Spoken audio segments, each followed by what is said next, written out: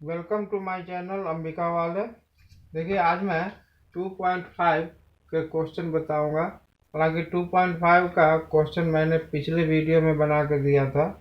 अब आगे question number 9 से मैं आपको यहाँ पर बना के दिखाऊंगा। इसके पहले आपको पिछले वीडियो में मिल जाएगा। तो चलते हैं, हम आपको 9 क्वेश्चन जो कि वेरीफाई करने के लिए है। वेरीफाई करना है कि x cube plus y cube is equal to x plus y whole x square minus x y plus y square का होल। ये आपको वेरीफाई करना है। यानी वेरीफाई का मतलब ये हुआ कि इक्वल के इधर लेफ्ट हैंड में और इक्वल के इधर राइट हैंड में ये दोनों वैल्यू एक तरफ से दोनों चीज़ें बराबर है और इसी को इक्वल करना वेरीफाई करना। यदि आप लेफ्ट हैंड से चले तो चलते हुए राइट हैंड पे पहुंचे, या फिर राइट हैंड से चले तो चल के लेफ्ट हैंड पे पहुंचे। यानी कि आपको किसी एक हैंड से चलना है वेरीफाई वाले किसी भी क्वेश्चन में, और आपको दूसरी तरफ पहुंचना है। इधर से चलेंगे लेफ्ट हैंड से और इधर आएंगे, बहुत टाइम लगेगा, शायद संभव भी आपसे नहीं हो पाएगा, बच्चों को समझ में नहीं आएगा। इसीलिए आप राइट हैंड से चले और लेफ्ट हैंड की ओर आए।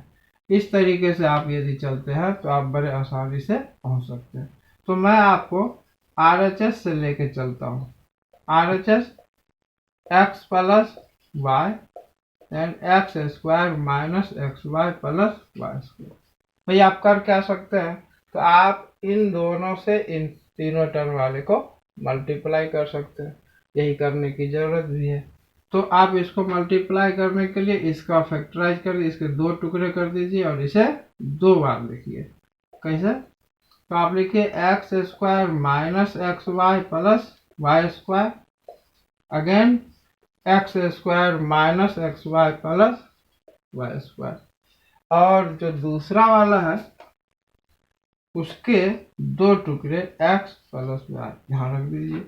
अब x से एक बार इस पूरे को करिए, y से एक बार इस पूरे को मल्टीप्लाई करिए। देन x से आप इसको करेंगे एक्स क्यूब माइनस ये हो जाएगा x square y plus x y square. Again y से आप इसको करिए प्लस एक्स स्क्वायर वाई, इससे आप इसको करिए minus x y square plus y cube.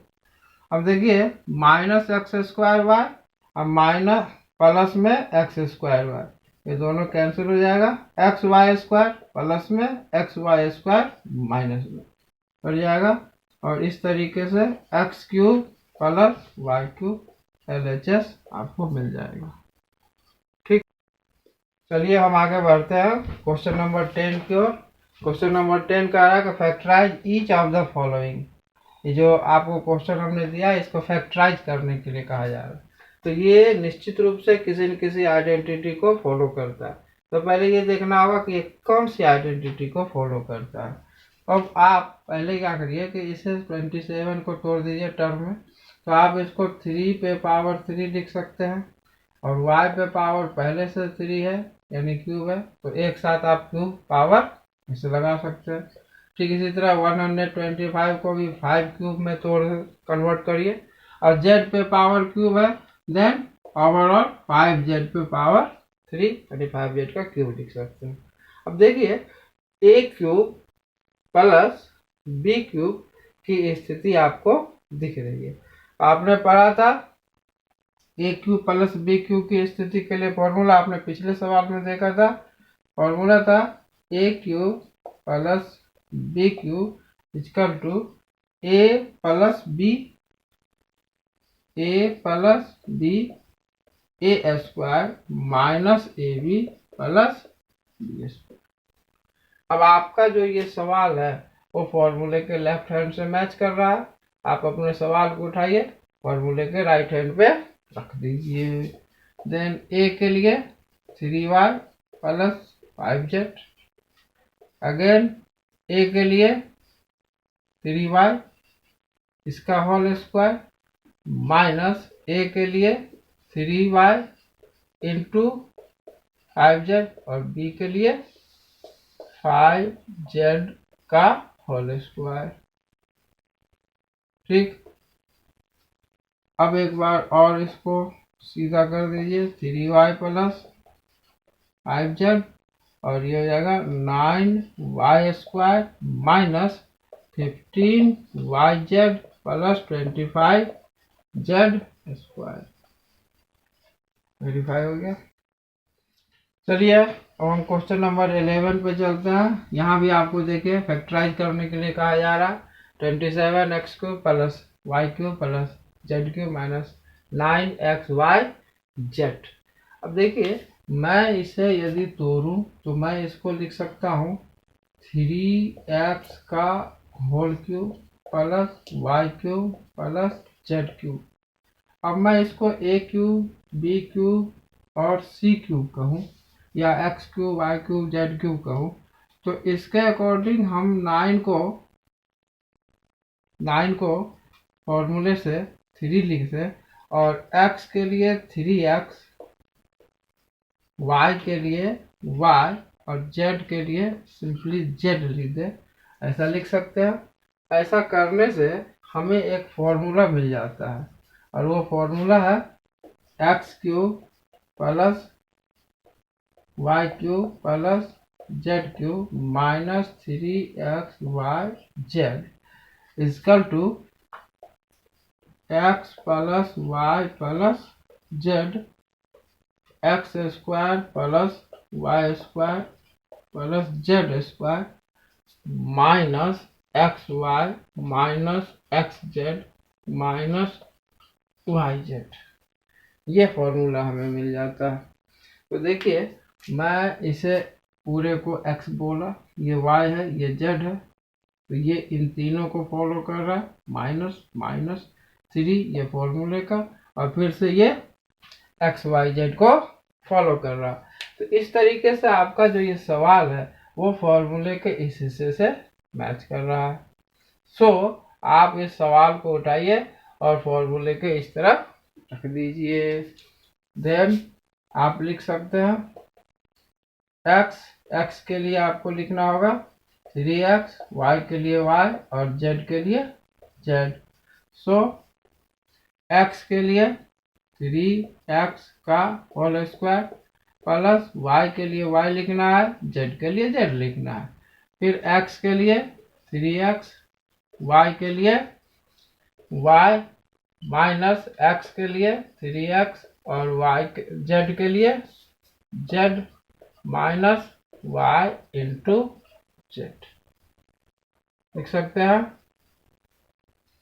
अब एक बार इन चीज़ों को फिर से सीधा कर दीजिए, 3x plus y plus z, और ये हो जाएगा 9x² plus y² plus z² minus 3xy 3xz minus yz। So it is proved. चलिए अब हम आगे बढ़ते हैं क्वेश्चन नंबर 12 पे। इसे भी वेरीफाई करना है। वेरीफाई करने के लिए देखिए इक्वल के इस तरफ लेफ्ट हैंड, और ये आपका रहा राइट हैंड। तो राइट हैंड से ही आपको चलने में भलाई है, लेफ्ट हैंड आप ला सकते हैं। लेफ्ट हैंड से चल के राइट हैंड नहीं ला पाएंगे, दिक्कत आएगी। तो मैं RHS से चलना शुरू करता हूँ। सबसे पहले जो कर सकते हैं वो आप करिए। कर क्या सकते हैं, तो यहाँ आप इसे फॉर्मूले पर तोड़ सकते हैं। तो पहले आप इन्हें फॉर्मूले पे तोड़ दीजिए। देन आप इसको लिख सकते हैं x² minus 2xy plus y², again y² minus 2yz plus z²। फिर z माइनस x को तोड़िए, z² minus 2xz plus x²। ठीक है, अब आप 1/2 x plus y plus z लिख सकते हैं। x² तो 2x² हो गया, यानी हम इसे 2x² लिख सकते हैं plus y² 2y² z² 2z² लिखा जा सकता है।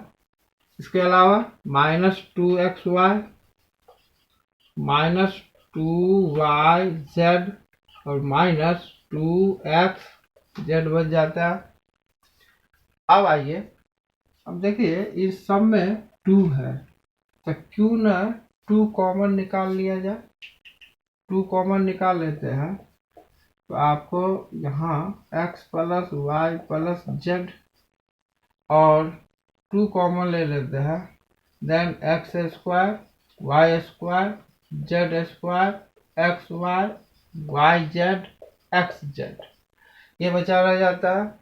अब ये टर्म इसके साथ मल्टीप्लाई हो रहा है, ये टर्म इसके साथ हो रहा है, ओवरऑल सब एक दूसरे से मल्टीप्लाई हो रहा है। सो ये 2 इस 2 से कैंसिल हो जाएगा। अब देखने वाली बात है कि इस पूरे टर्म को, तीनों टर्म को इनसे मल्टीप्लाई करना होगा। तो आप चूंकि इसके 3 टुकड़े कर सकते हैं 3 टर्म में, इसलिए आपको इसे 3 बार लिखना होगा और इसे 3 टुकड़े करके बारी बारी से सबको मल्टीप्लाई करना होगा। सो आप आगे आइए, आप इसे लिखिए 3 round, x² y² + z² -xy - yz - xz 1 round मैंने लिखा, ध्यान से देखते रहिए। फिर x² + y² + z² -xy - yz और -xz, ठीक है। इसी तरीके से एक बार और लिखिए, इसको नीचे लिख देता हूं मैं, x² + y² + z² -xy - yz - xz। ये कंप्लीट हो गया यहाँ। अब आप इसको तीनों को टुकड़े करके यहाँ, यहाँ और यहाँ मल्टीप्लाई कर सकते हैं। आप इसको करिए, x, ये y यहाँ आ जाएगा और फिर ये z प्लस लगा के यहाँ आ जाएगा। अब आप इनसे इन सबको मल्टीप्लाई करिए, y से इस पूरे को करिए, देन z से इन सबको मल्टीप्लाई करिए। चलिए, ये हो जाएगा x³ ये हो गया xy², ये हो जाएगा xz², ये x² y xyz, ठीक है। और xyz, फिर ये माइनस का x³ ये मल्टीप्लाई होकर ये हो गया xy²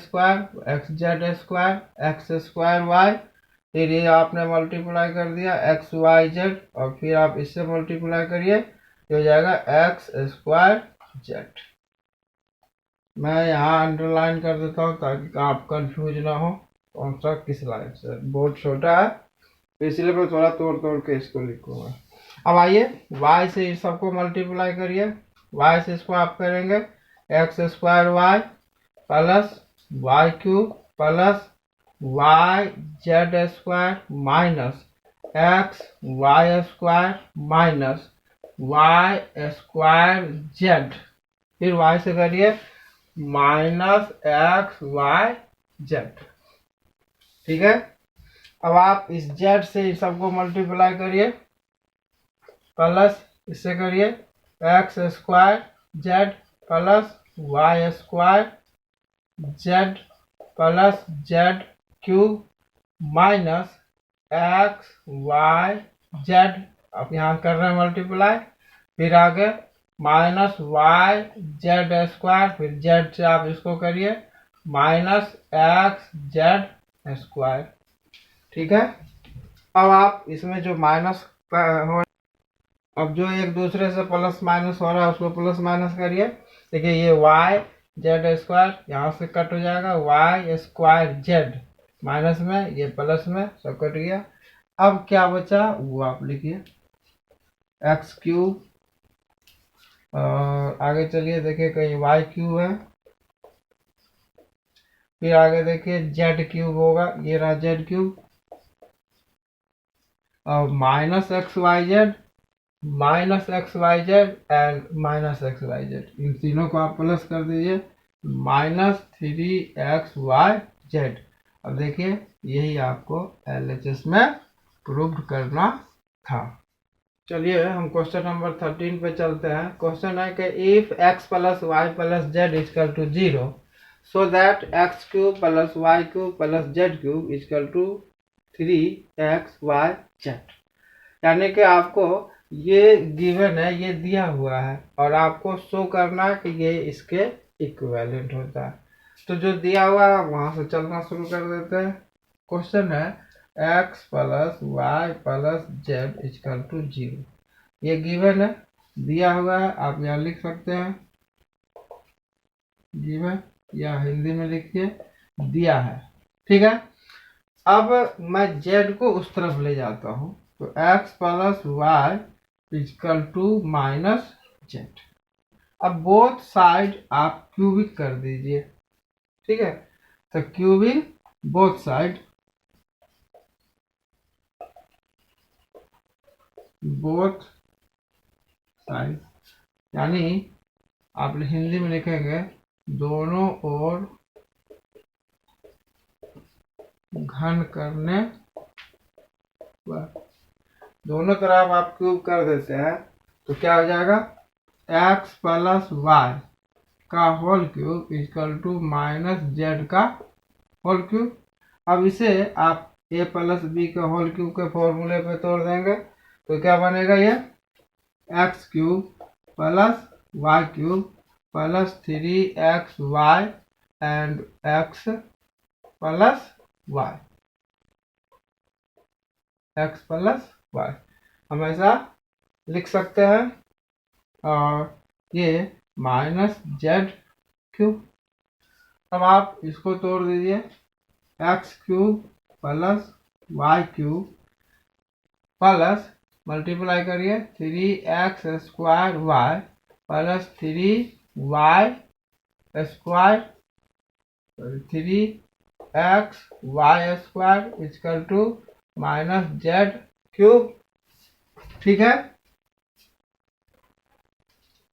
अब आप x cube plus y cube plus 3xy और x प्लस वाई के लिए आप माइनस जेड लिख सकते हैं क्या।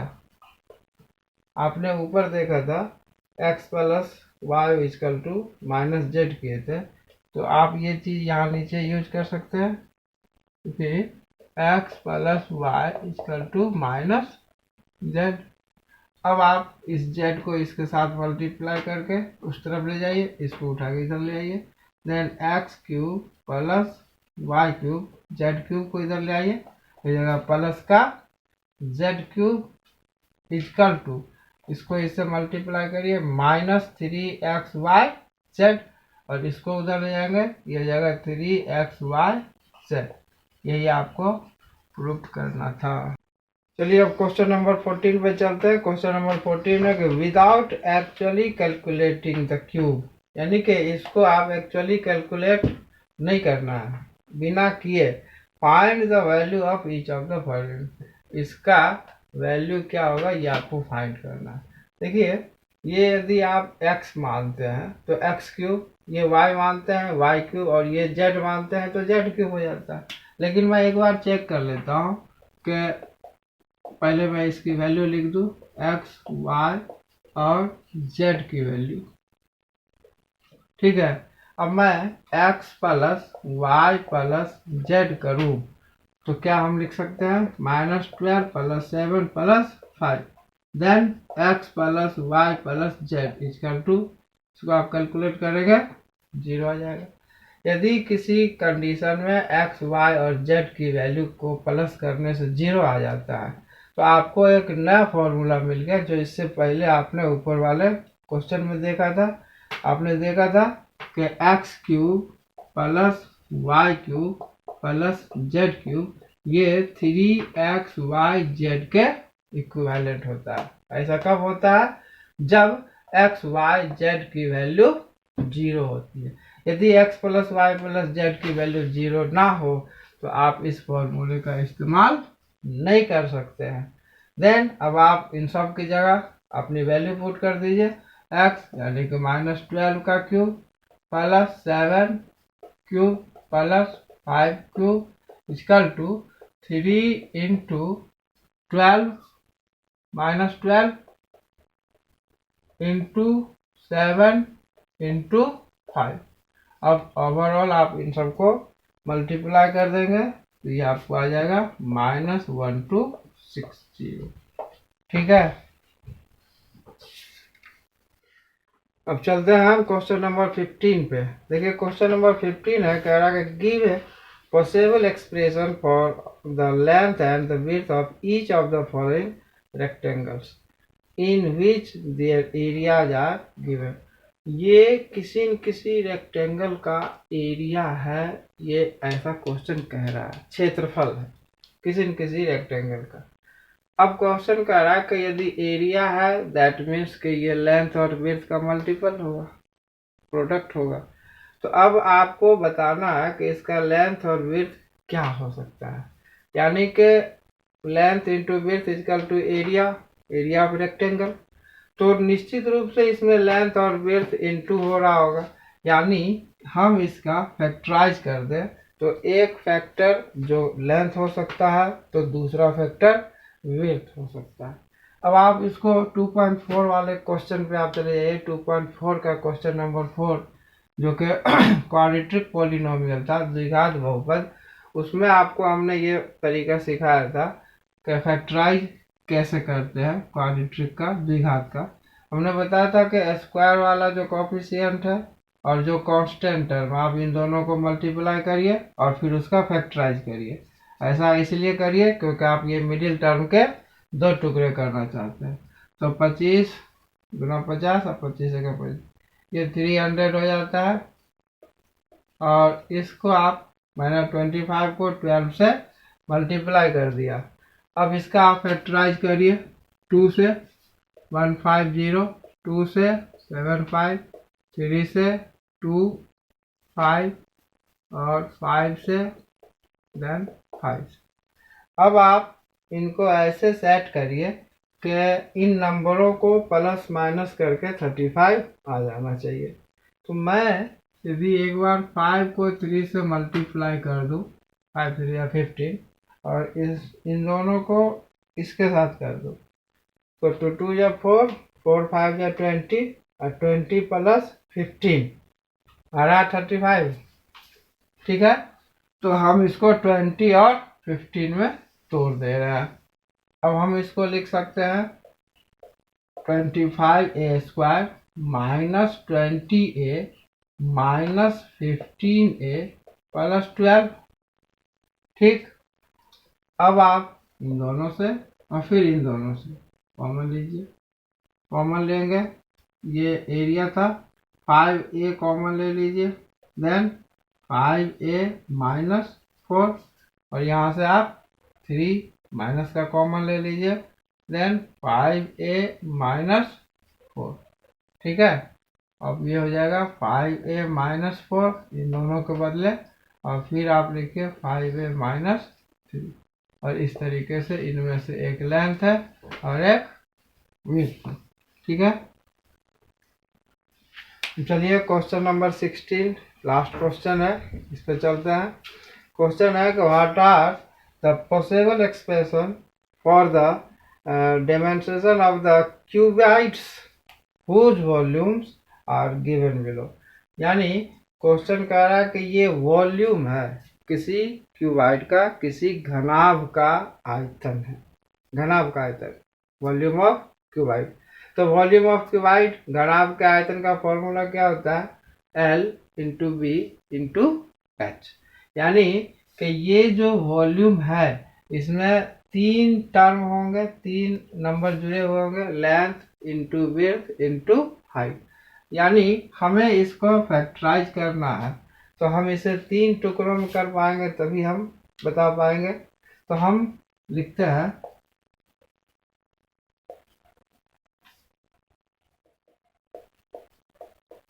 ये वॉल्यूम है 3x² माइनस 12x। अब बताइए इसमें आप कर क्या सकते हैं। इसमें सिवाय कॉमन लेने का भी आपको कुछ नहीं किया जा सकता। तो कॉमन ले लीजिए। कॉमन आप क्या ले सकते हैं, 3x। तो यहाँ क्या मिल जाएगा, x माइनस 4। अब आप कहिए 3x यानी 3 into x then x minus 4। अब ये एक लेंथ हो सकता है, विड्थ हो सकता है, हाइट हो सकता है, ये दूसरा डायमेंशन हो सकता है, लेंथ विड्थ हाइट, और ये रहा तीसरा डायमेंशन। और इस तरीके से ये क्वेश्चन समाप्त। इस तरीके से ये 2.5 यानी कि चैप्टर नंबर 2 आपका समाप्त हो जाता है। यदि आपको ये चैप्टर अच्छा लग रहा है, वीडियो पसंद आ रहा है, तो कृपया लाइक और सब्सक्राइब जरूर करें। किसी भी प्रकार का कमेंट्स आप नीचे कमेंट्स बॉक्स में लिख सकते हैं। Thanks for watching. Thank you, धन्यवाद।